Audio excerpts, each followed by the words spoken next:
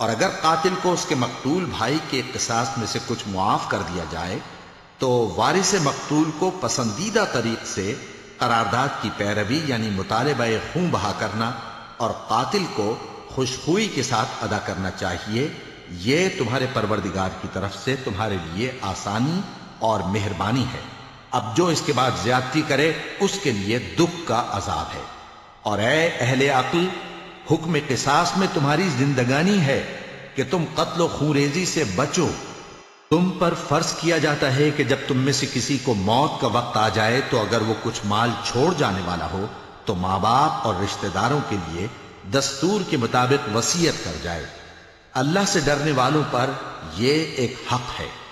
फिर जो शख्स वसीयत को सुनने के बाद उसको बदल डाले तो उसके बदलने का गुनाह उन्हीं लोगों पर है जो उसको बदलें, और बेशक अल्लाह सुनता जानता है।